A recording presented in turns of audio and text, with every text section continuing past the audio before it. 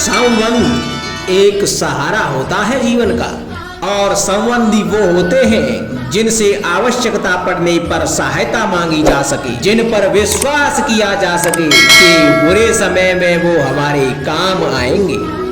कभी ऐसा भी हुआ होगा कि आपके पास कोई सहायता मांगने के लिए आया होगा, या ऐसा भी हो सकता है कि आप किसी के पास सहायता मांगने के लिए गए हों, परंतु प्रश्न यह उठता है कि किसी के मंतव्य में उसकी सहायता इसलिए कर देनी चाहिए क्योंकि वो आपका संबंधी है।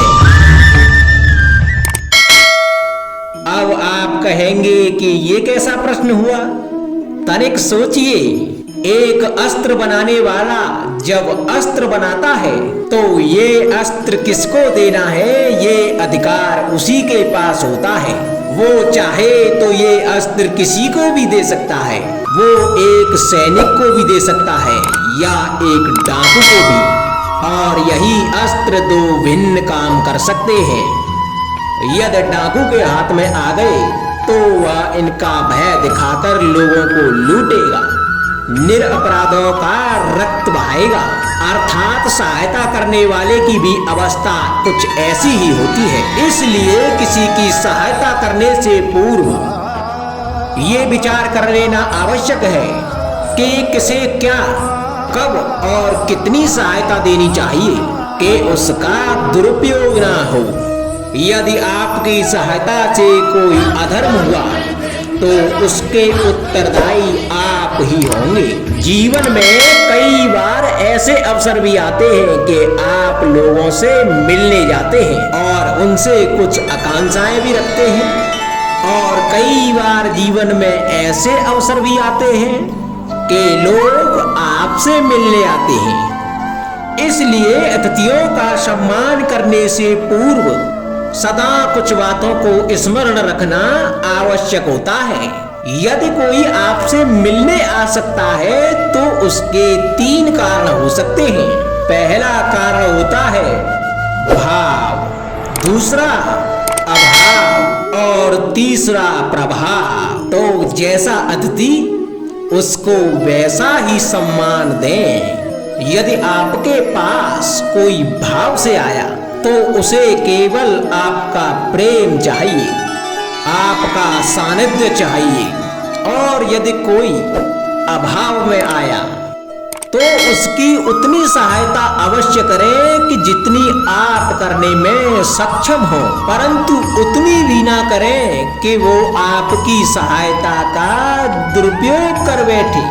और यदि कोई प्रभाव में आया तो स्वयं पर अभिमान ना करें, क्योंकि जीवन में कभी ना कभी आप भी भाव अभाव प्रभाव के चक्रव्यूह में फंस सकते हैं।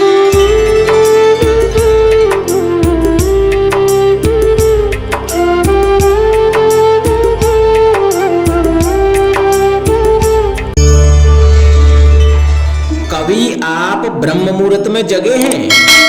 जग कर देखिए, संध्या होने के पश्चात जब रात्रि का अंधकार सारे संसार को धीरे धीरे अपने अंधकार में निगलने लगता है, तो यही अंधकार ब्रह्म मुहूर्त में भोर होने से ठीक पूर्व तनिक अधिक काला हो जाता है। कुछ समझे, हमारा जीवन भी कुछ ऐसा ही होता है। जब हमारे जीवन की समस्याएं कठिनाई अपने अंत पर होती हैं, तो यही समस्याएं कठिनाई एक भीषण रूप लेकर हमारे समक्ष खड़ी हो जाती हैं, और ऐसी परिस्थितियों में अधिकतर लोग हार मान जाते हैं, भय खा जाते हैं। परंतु ऐसी स्थिति में आप हार ना माने, भय ना खाएं, दृढ़ रहें, निरंतर आगे बढ़ते रहें। तो प्रकाश के रूप में हमारा स्वागत करने के लिए सूर्य उदय सदा हमारे समक्ष प्रस्तुत रहेगा। आपने बरगद के वृक्ष को देखा है? जितना विशाल उतना दृढ़।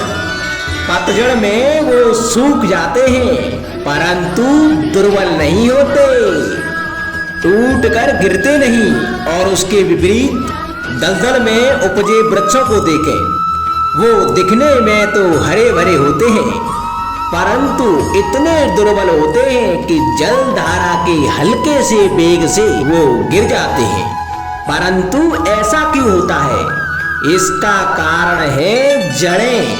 जिसकी जड़ें दृढ़ भूमि में है, वो हर चक्रवात, हर अफवाह को सह लेता है।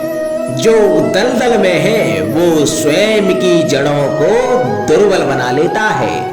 कुछ ऐसा ही मनुष्य भी होता है, जो अधर्म, कुकर्म, असत्य की धरा पर उपजा है।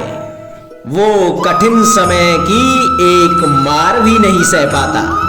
और जो मनुष्य सत्य और धर्म की धरा पर उपजा है, वो हर समस्या से जूझ कर आगे निकल जाता है और सफल हो जाता है। अब आप पर निर्भर करता है कि आप क्या बनना चाहते हैं। हमारे जीवन में मित्र और शत्रु बड़ा ही महत्व रखते हैं। यदि गंभीरता से सोचा जाए तो ऐसा कोई क्षण नहीं जब हम अपने मित्रों के बारे में ना सोचते हों या फिर शत्रुओं के बारे में। हमारा हर कार्य या तो हमारे मित्रों के हित के लिए होता है या फिर हमारे शत्रुओं के अहित के लिए। हम हर स्थान या तो अपने मित्रों के साथ होते हैं या फिर अपने शत्रुओं के साथ। कोई नहीं चाहता कि उनका शत्रु प्रसन्न रहे। संसार में हर कोई अपने शत्रु को नष्ट कर देना चाहता है और ऐसा करने के लिए वो हर संभव प्रयास करता है। उसे आर्थिक, मानसिक और शारीरिक हानि पहुंचाने का प्रयास करता है। और यदि मैं आपको आज ऐसा मंत्र सिखाऊं जिससे आप अपने शत्रु को सदा के लिए नष्ट कर दे तो, और वो मंत्र है शत्रु को मित्र बनाना। अपने सभी शत्रुओं को अपना मित्र बना लीजिए और आपके सारे शत्रु स्वतः ही समाप्त हो जाएंगे। राधे राधे।